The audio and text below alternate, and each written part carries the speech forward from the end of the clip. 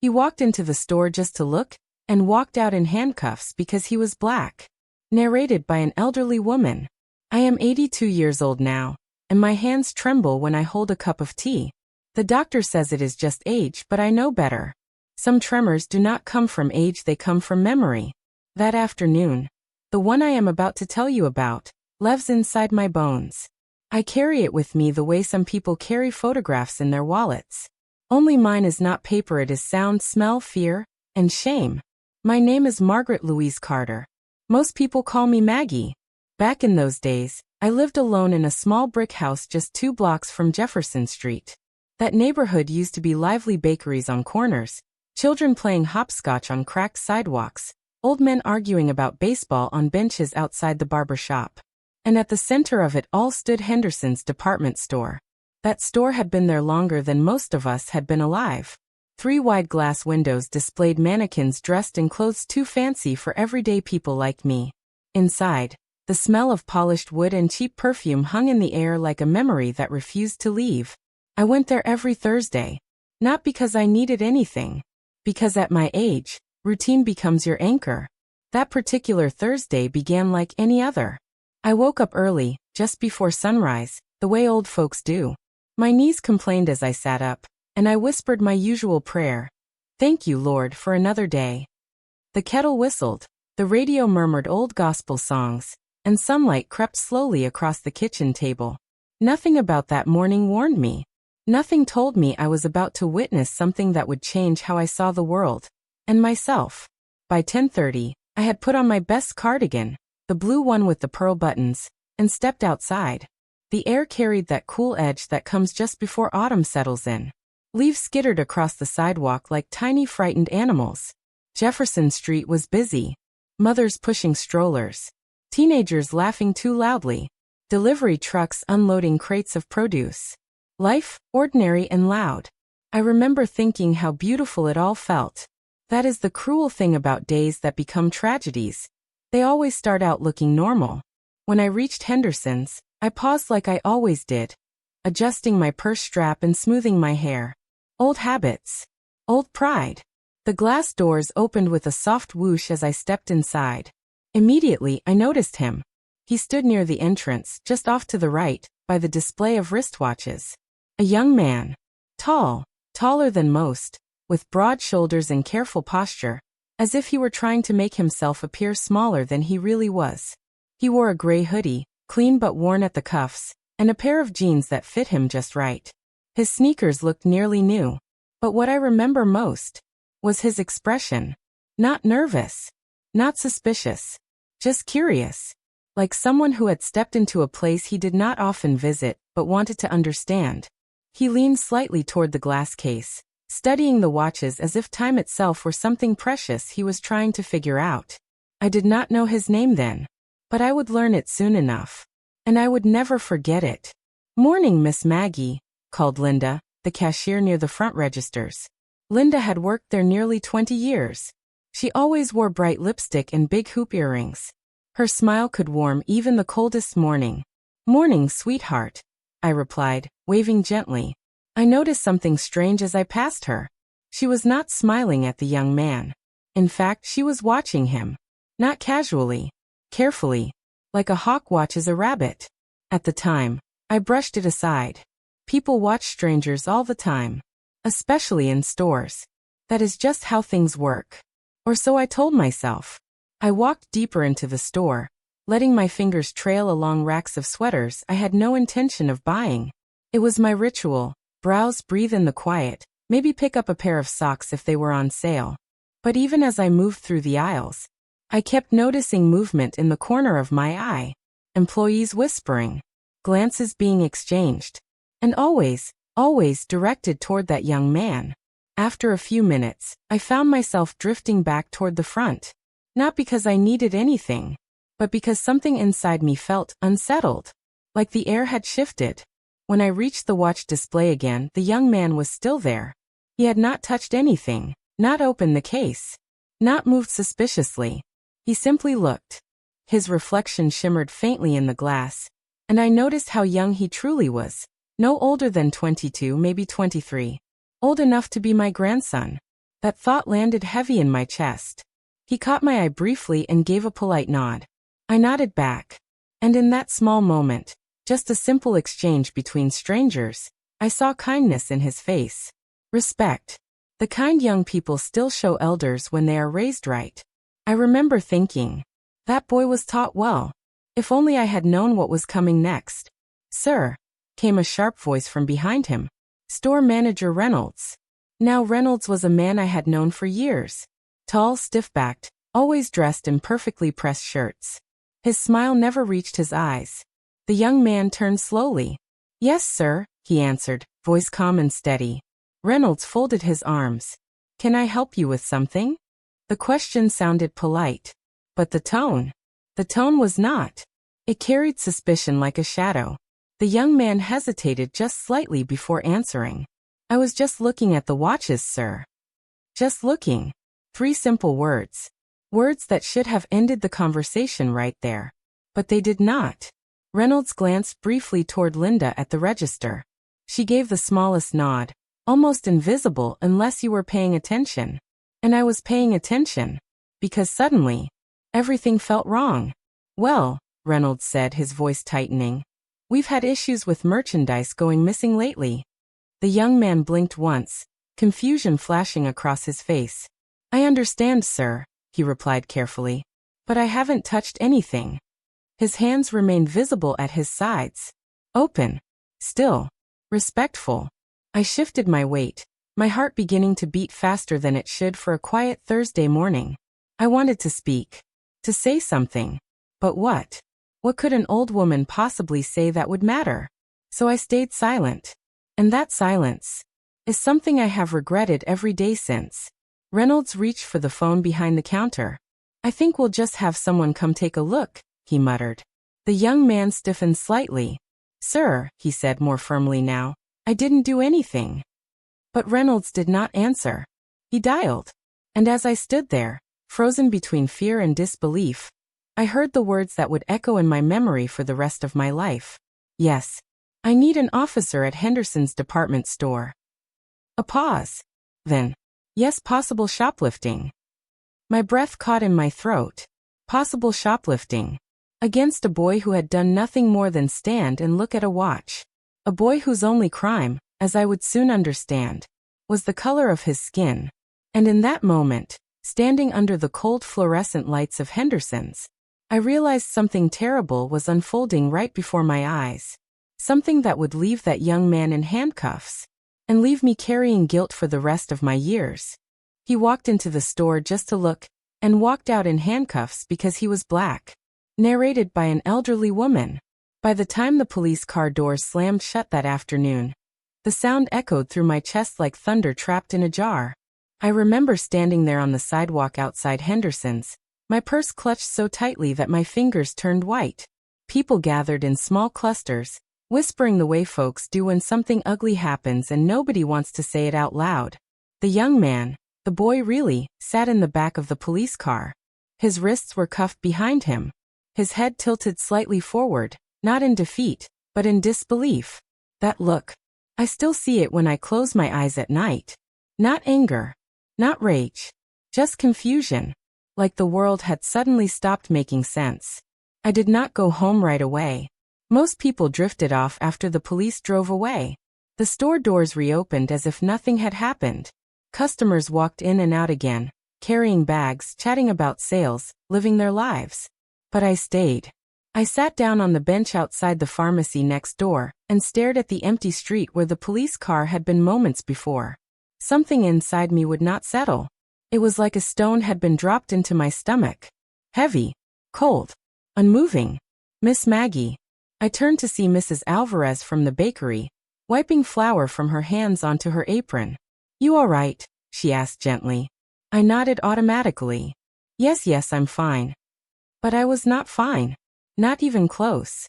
Mrs. Alvarez sat beside me. That didn't feel right, she said quietly. Her words landed like truth finally spoken aloud. No, I whispered. No, it didn't. We sat there in silence for a long time, watching the afternoon drift by. Cars rolled past. Children laughed somewhere down the block. Life continued, stubborn as ever. But something had changed. Inside me. That night, I could not sleep. Old folks like me usually fall asleep early, but not that evening. I lay in bed staring at the ceiling, listening to the ticking clock on my nightstand. Tick, tick, tick. Every second sounded louder than the last. And with every tick, memories replayed themselves. The manager's voice. The young man's calm replies. The cold click of handcuffs. And worst of all, my silence. I kept thinking, you should have spoken. You should have said something. Even now, all these years later, that thought still burns like acid inside my chest. Around midnight, I got up and walked into the kitchen. I poured myself a glass of water. Though my hands trembled so badly, I spilled some on the counter. I turned on the small television sitting near the refrigerator. Local news. I did not expect to see anything about the incident. But there it was. Right on the screen.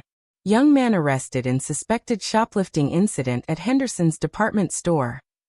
The headline glowed bright and cold across the television. A reporter stood outside the store, microphone in hand.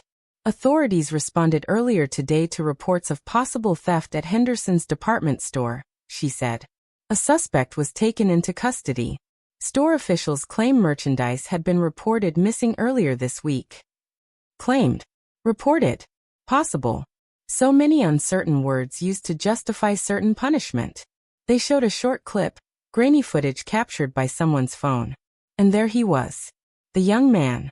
Walking calmly, hands behind his back, officers guiding him toward the car. Not resisting. Not shouting. Just walking.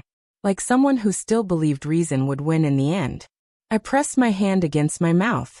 "Oh Lord," I whispered. Then the reporter said his name. And that is when everything became real. The suspect has been identified as Marcus Hill, age 23. Marcus. Marcus Hill. Not just a stranger anymore. Not just a face in a store. A name. A life. A family somewhere waiting for him to come home. My knees felt weak, and I sank into the kitchen chair. They showed another image. Marcus's booking photo. His eyes looked tired. Not broken. Not angry. Just wounded. Like something sacred inside him had been stepped on. And I wondered, where is his mother right now? Does she know? Is she sitting somewhere crying? That thought pierced deeper than anything else. Because I am a mother. And even at 82, that kind of fear never leaves you. The next morning, Jefferson Street buzzed with talk. Everyone had heard. Everyone had opinions. Some said the store did the right thing. Others shook their heads and muttered that it was unfair. But nobody seemed to know the truth. Except me. And a few others who had been there. But even then, we had not spoken up. That realization weighed on me heavier than my arthritis. Heavier than age itself. I walked slowly toward the bakery that morning, drawn by habit and guilt alike. Mrs. Alvarez greeted me with tired eyes. "You saw the news?" she asked. I nodded. "They showed his face," I whispered. She sighed deeply. "He looked like someone's good boy," she said softly. Those words nearly broke me. Because she was right. He did look like someone's good boy. Not a criminal. Not a thief. Just a young man who had walked into a store. Just to look. Later that afternoon, something unexpected happened. There was a knock at my door. Sharp. Urgent. I shuffled toward the entrance, my heart beating faster than usual. When I opened the door, 2 people stood on my porch. A young woman with tired eyes. And beside her, a man who looked like he had not slept all night. "Mrs. Carter?" the woman asked. "Yes." She swallowed hard before speaking again. "My name is Denise Hill." The last name hit me like lightning. Hill. Marcus Hill. My breath caught. "I'm Marcus's sister," she said. And in that moment, I knew my life was about to change forever. Her voice trembled slightly as she spoke. "We were told you were there yesterday," she continued. "At the store." Behind her, the man, who I later learned was Marcus's father, stood silently, his jaw clenched tight. I felt heat rush to my face. "Yes," I admitted quietly. "I was there." Denise looked straight into my eyes. Not angry. Not accusing. Just desperate. "Can you tell us what happened?" That question settled over me like judgment. Because now, Silence was no longer an option. And the truth, the real truth, had finally come knocking on my door. I invited them inside. My living room suddenly felt too small, too quiet, too heavy with memory. Denise sat carefully on the edge of my sofa. Her father remained standing, arms crossed, as if sitting would make him too vulnerable. I poured them tea, though my hands shook so badly that the cups rattled against the saucers. "I'm sorry," I murmured. "My hands, they don't always listen to me anymore." But that was only half the truth. What I really meant was, my courage didn't listen to me yesterday. When we finally sat down, Denise leaned forward. "Please," she said. "We need to know." So I told them. Everything. From the moment I walked into Henderson's, to the moment the handcuffs clicked shut. I described Marcus standing at the watch display. His calm voice. His respectful answers. The manager's suspicion. The phone call to the police. And most importantly, that I never saw him steal anything. Not once. Not even touch the merchandise. As I spoke, Denise's eyes filled with tears. Her father remained silent, but his fists tightened until his knuckles turned pale. When I finished, the room fell into heavy silence. The kind that presses against your ears. The kind that makes breathing feel difficult. Finally, Denise whispered. I knew it. Her voice cracked. I told them. Marcus wouldn't do that. Her father finally spoke, his voice rough and low. My son works 2 jobs, he said. He studies at night. He saves money every month. He looked at me then, not with anger but with something even heavier. Hope. You're willing to say this in court? He asked. My heart skipped. Court. The word echoed through my mind like a warning bell. Because speaking at home is easy. Speaking in public is something else entirely. And in that moment I realized the next decision I made would define the rest of my life. He walked into the store just to look, and walked out in handcuffs because he was black. Narrated by an elderly woman. When Marcus's father asked me if I was willing to speak in court, the room felt smaller than it had ever felt before. Court. Such a small word for something so heavy. Balance scale. At 82 years old, most people expect their hardest decisions to be behind them. You think your life has already been written. Your chapter's finished. Your story settled into memory. But life has a strange way of handing you one last test when you least expect it. I looked at Denise first. Her eyes were red from crying, but there was strength in them. The kind of strength that comes from loving someone deeply and refusing to give up on them. Then I looked at her father. His face carried exhaustion, fear, and something I recognized immediately. Pride. The quiet pride of a man who believed in his son. And suddenly, I felt ashamed all over again. Ashamed of my silence. Ashamed of my hesitation. Ashamed that it took tragedy for me to realize how much my voice mattered. Yes, I said finally. The word came out small at first, barely louder than a whisper. But I repeated it. Stronger this time. Yes, I will. Denise covered her mouth, and tears spilled down her cheeks. Her father closed his eyes briefly, as if holding back emotion too large to show. Thank you, he said. Just 2 words. But they landed heavier than anything else that day. Because gratitude from someone suffering is a sacred thing. And I knew, right then, that I had crossed a line, from silent witness to responsible voice.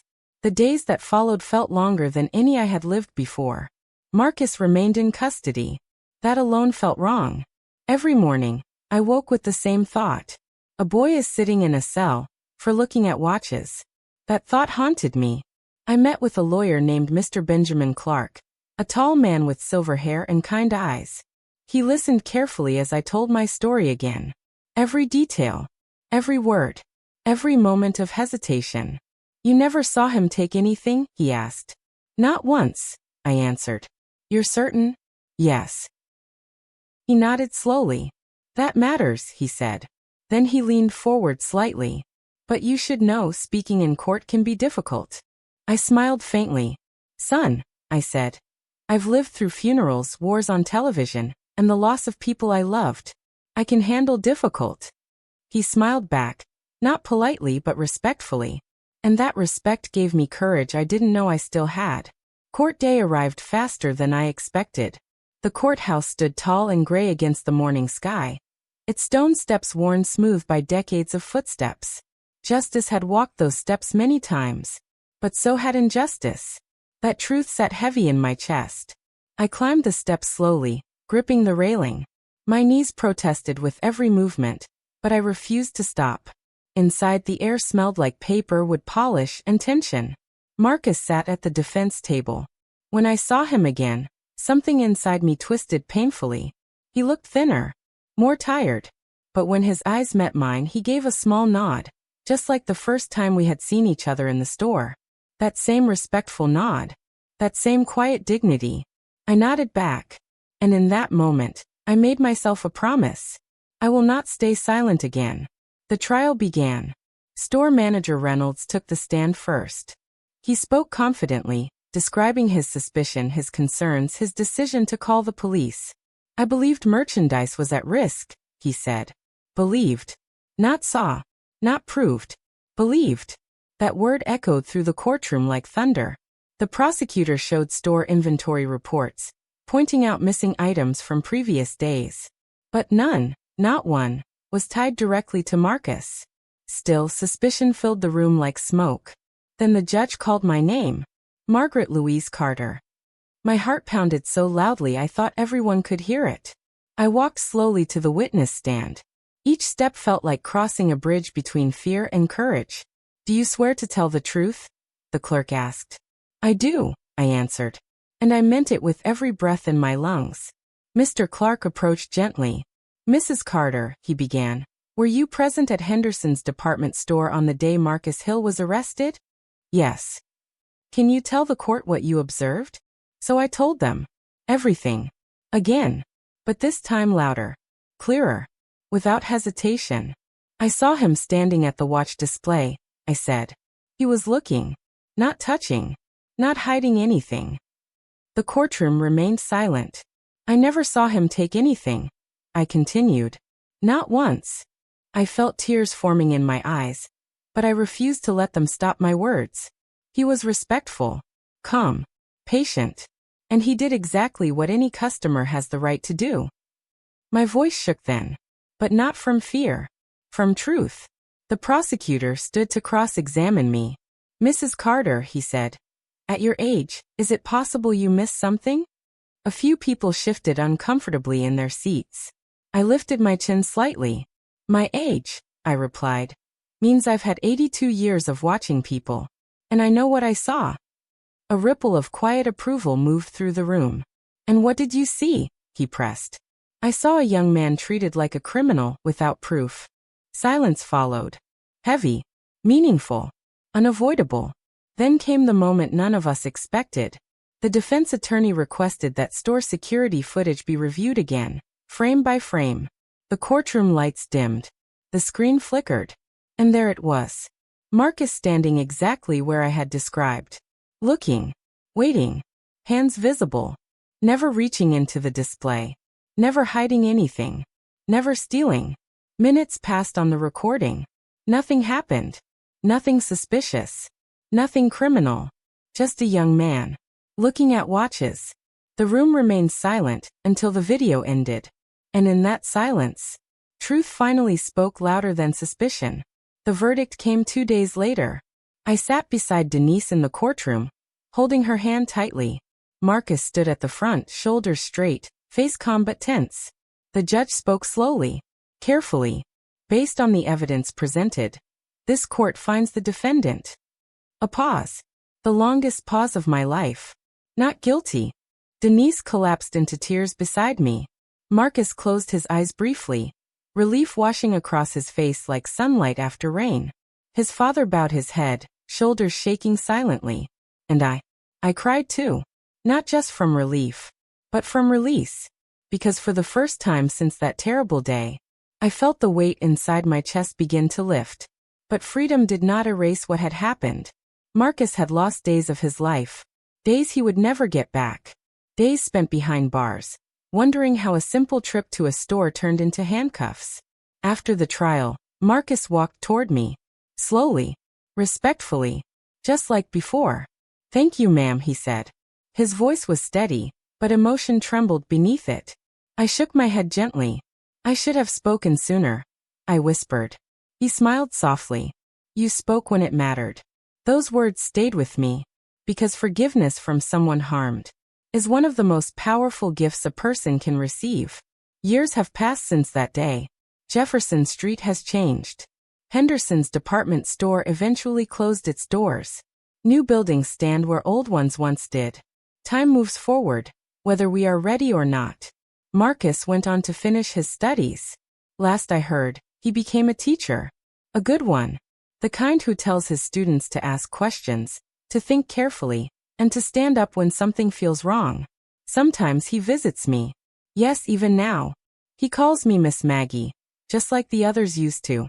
And every time I see him, I am reminded of something important. Silence protects injustice. But courage, even late courage, can still change lives. Now, as I sit in my rocking chair with trembling hands and fading strength, I tell this story whenever someone is willing to listen. Not because I enjoy remembering it, but because forgetting would be a greater crime. If you ever find yourself standing in a place where something feels wrong, speak. Even if your voice shakes. Even if your heart pounds. Even if you're afraid. Because one voice, even an old one, can still make a difference. And sometimes, justice begins with nothing more than a witness who refuses to stay silent.